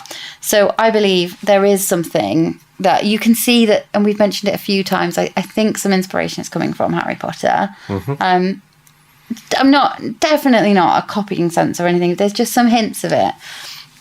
And I feel like that there is something there. I agree with you that possibly your soul remains either more intact if you're doing this, if you're channeling as a act of love rather than an act of evil. So I agree with you. I think there's something there that we don't know, but love is the key. Yeah, definitely. Okay, so we'll carry on. Get back on track. You mean? So after the parapet, they go into this kind of like presentation for the new cadets. That when we see the dragons flying around, all the dragons from the wing leaders are there, like happened exactly last year with Sagel, right behind Zayden. This time we have is Dane's dragon and Kath. She was just there, so close that they can feel some rotten breath. Yes. There's a lot of talk about this because the only other references to bad breath are Bade, Jack's dragon, who we have confirmed is the dragon of a Venin, still connected to a Venin. Not anymore, but anyway. We also get Varish's Venin mentioned as having bad breath. And there's massive theories that he is also a Venin. There is a mention of Brennan's dragon, Marb, also having stinky breath. Yes. So you can see that trend there. Yeah. So I read this amazing theory today that there is a third faction of dragons. So this is, I think it's Mama Sousa again on Reddit. And I got into a bit of a rabbit hole. You know that the Empyrean is split, and we hear that today. We heard that from 10. Yes. I don't know if it's half. It seems like it's half, because half the people from Buzzcard and half. So let's say part of the Empyrean believes the right thing to do is fight. The other part of the Empyrean that we know about thinks the right thing to do is to maintain the wards for protection of the Vale. Yes. There could be a third faction of dragon, and this is what this theory explains. And maybe we can link it somehow in the notes underneath the episode. The third faction is like the Sauron in Lord of the Rings, where he's gone over to hang on, I think I got my name wrong. Saruman. Is it Saruman? Yeah, it's like one of the wizards. Leaders, yes. And Sauron is like the big bad guy. Well, they're very similar names. Like he could have distinguished them a bit better. Anyway, so he's gone over to the dark side because he believes that it's the only way he can save himself. It's a self-preservation thing. And so this person has set out this immaculate theory where there's a third faction of the Empyrean who believe that the Venin have gone too far. And they just think the best way to survive is to support the Venin. Atos is clearly in with the Venin. He's doing something, isn't he? Kath and Dane are close to Atos. So is Kath one of the dragons that believes that's it, game over, we might as well just support the Venin? Marb, same, potentially. Solus, I could see that he has a self-preservation thing. Yes. And Bade, possibly, as well. So this theory is incredible, and she goes into so much detail. So I would encourage everybody to read it. But the theory is that there's a third faction of dragon who believe that the only way that they can individually survive is by bonding with the Venin. or supporting the Venin.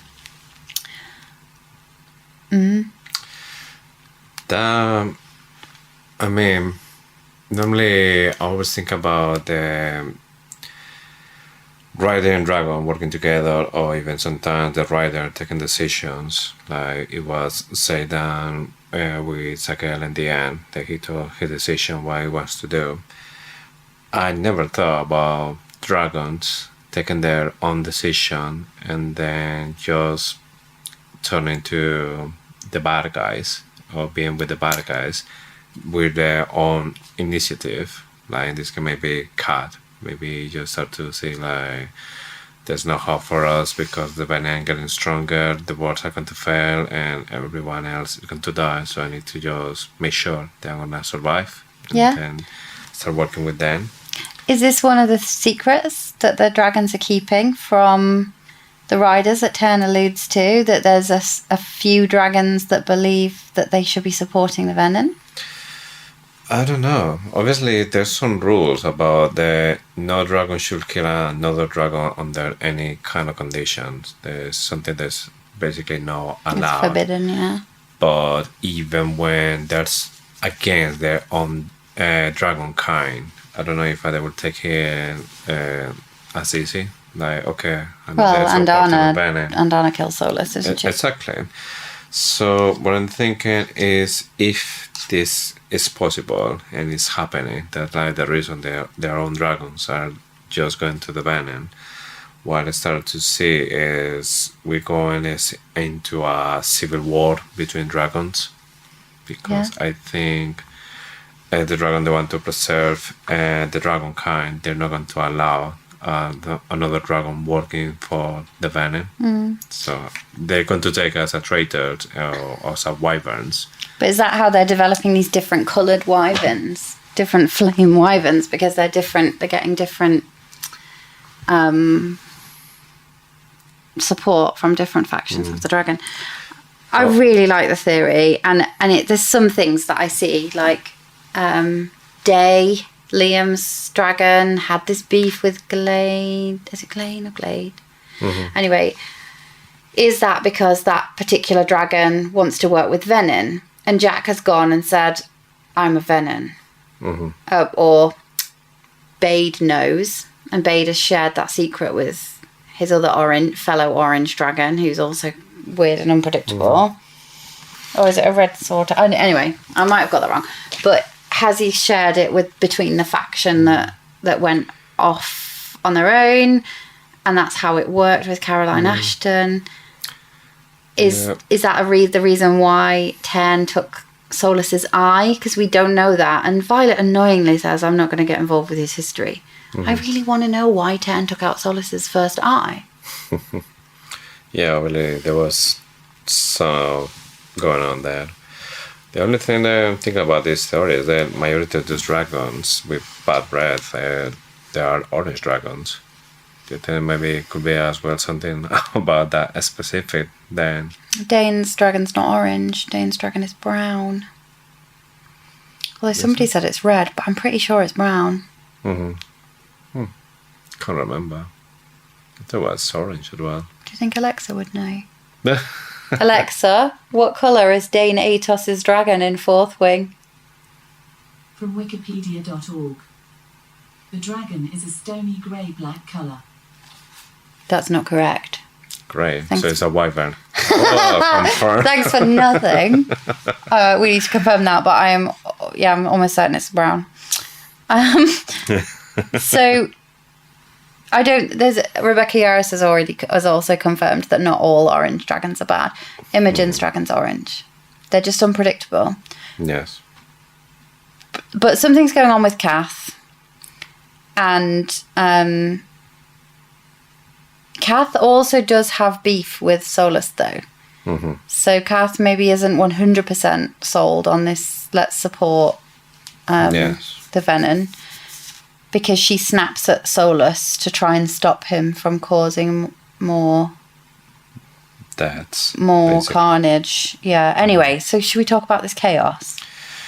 Before that, Oh, I think it's one thing that is It's normally me. worth to mention is the suddenly she's called to go to first wing, and then it's Dane that by his own initiative he just go talk to one of the wing leaders and then say correction, you're going to fourth wing. he's copying what Xaden did before. Yes, like I'm wing leader, so I can do whatever I want now. But that's the question. Like he knows maybe that she is really important for Violet, so it's just he's trying to mend the stuff with Violet. I think at this point he knows that he put a big time with Violet, but maybe he doesn't know exactly what he done because he know that Leon, how's it called? Can't remember. Well, 2 riders die, and fight against Griffins. And Liam was in his squad. He knows Liam. And I Yeah. think he does feel guilty. He's trying to make it up, but he's not as subtle as Xaden. And that's like the story of his life. He's not as subtle as Xaden. yeah, he's trying. Then Xaden moves the whole squad. He moves Sloane, yes, which is just not as subtle. yeah. And then Solon, once she found out that Violet wasn't following, and like, no, I don't want to be here with you. She's being a spoiled aristocrat. Yeah. Now, back to the part with Okay. yeah, with Solar's Spanish Dragon is the first one to take advantage of some cadets running, and obviously this is like the important thing about this. Normally, when they start to run, the dragon just kills it straight away. He wait until it was basically a Violet way, and then he just blasts everything that was on the way. And I was thinking, is it Varys, the one that maybe said to Solas, just wait until it's next to the Sorangel or Terrence rider? And obviously Solas has something against Tern. Took his eye out. Yeah, so... But he's not as strong as him. He's picking a fight that ultimately he can't win. Exactly, but if he managed to kill Violet, he knows that might kill Tern. So that's Yeah. another way to win the fight without actually fight against Yeah. Tern. So it's just going for the easy. But he does kill Kieran. So regardless, he's targeting...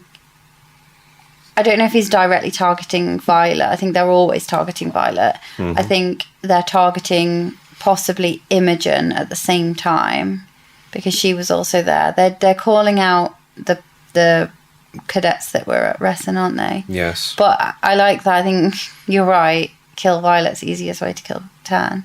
'Cause he's got no hope of fighting, and he knows that Tern isn't there.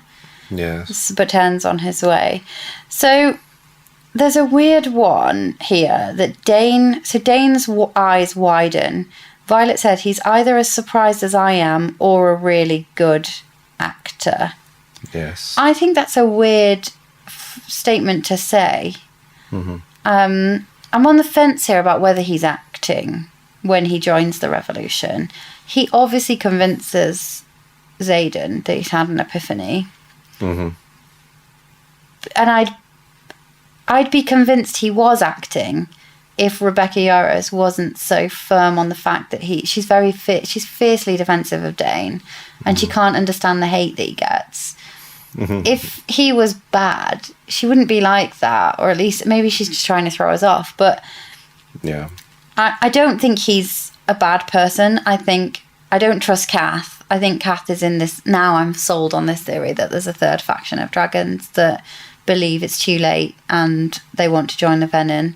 So I don't trust Kath, and I think that there's going to be some heartbreak for Dane when Kath does what Kath is determined to do and join the Venin, I think. Yeah. But now only because I've read this series this afternoon, I'm like 100% already, and I might change my mind next week.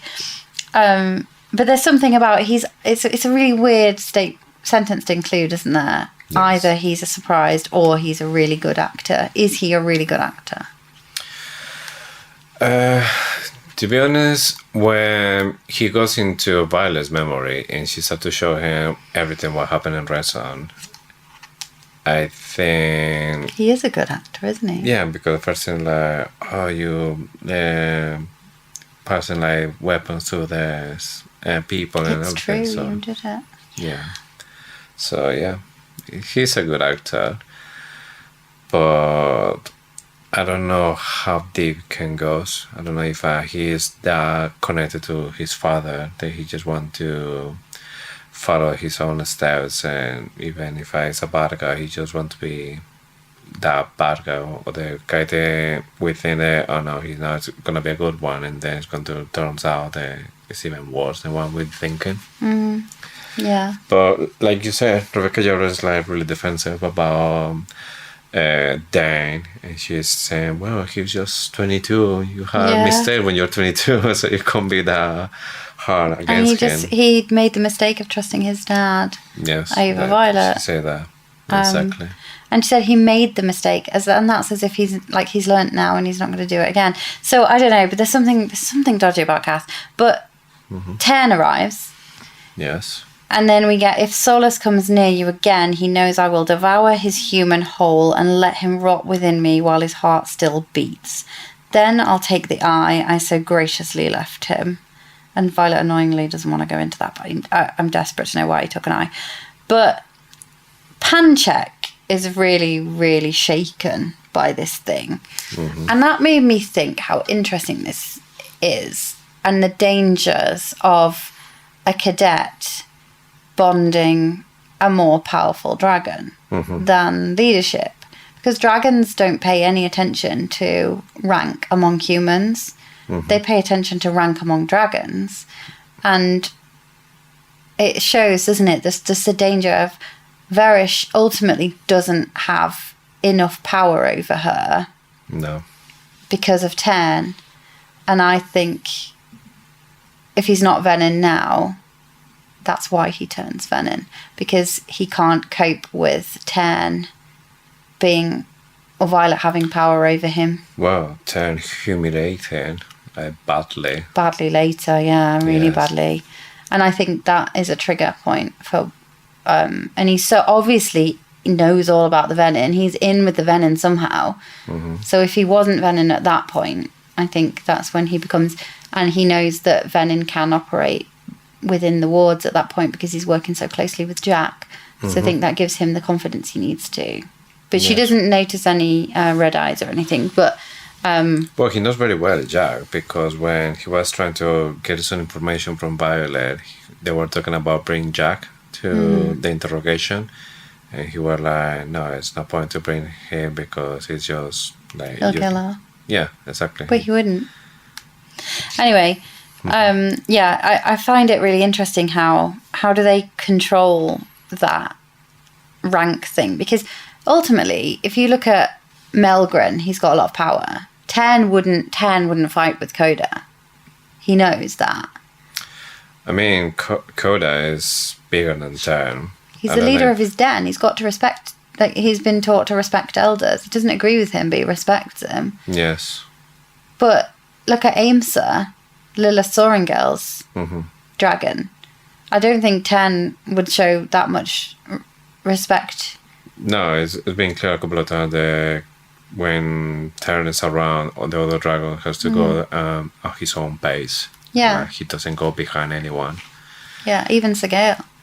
So, yeah, it's just a challenge, isn't it, to control the power and the rank among humans when you're bonded with such powerful creatures who don't pay any attention to rank among humans.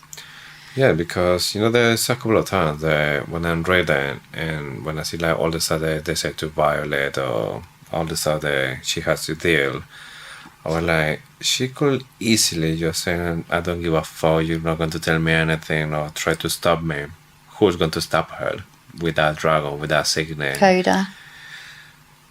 Yeah, but Melgren, what can do? Oh yeah, I can see they are going to be fucked up before we fight. No, he'll go. Basically, Tern would go in front of the Empyrean because they do have law. But even Violet will be, if she can control the sickness, she could kill easily Coda or any dragon with that lightning straight away. That's what I mean. Like with that dragon, with that power, she will be unstoppable. Yeah.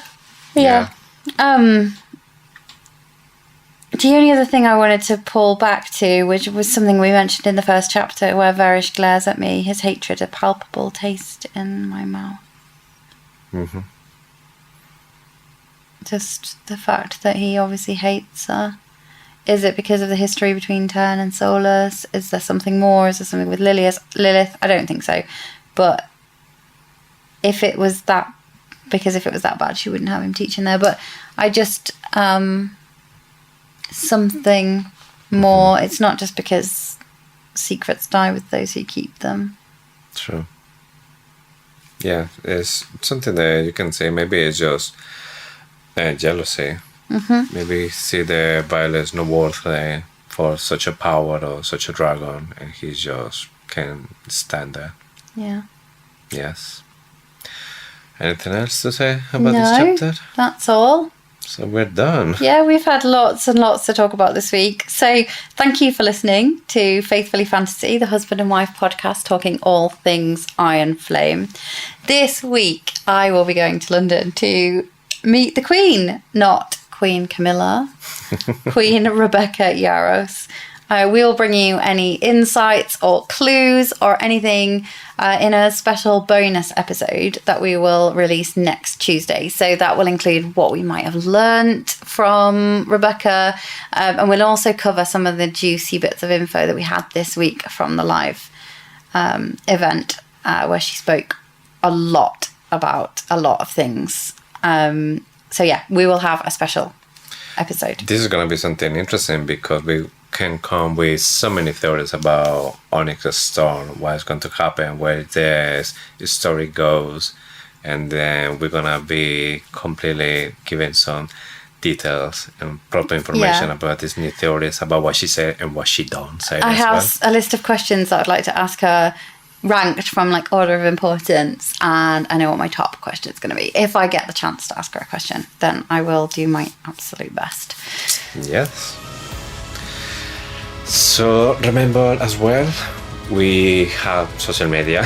So if you want to see some funny stuff, if you want to see a little bit more about us or all the stuff that we're doing in the background, just go to Faithfully Fantasy Pod, where you're going to find all this kind of stuff. And we really hope that you enjoy it. Yep. See you next week.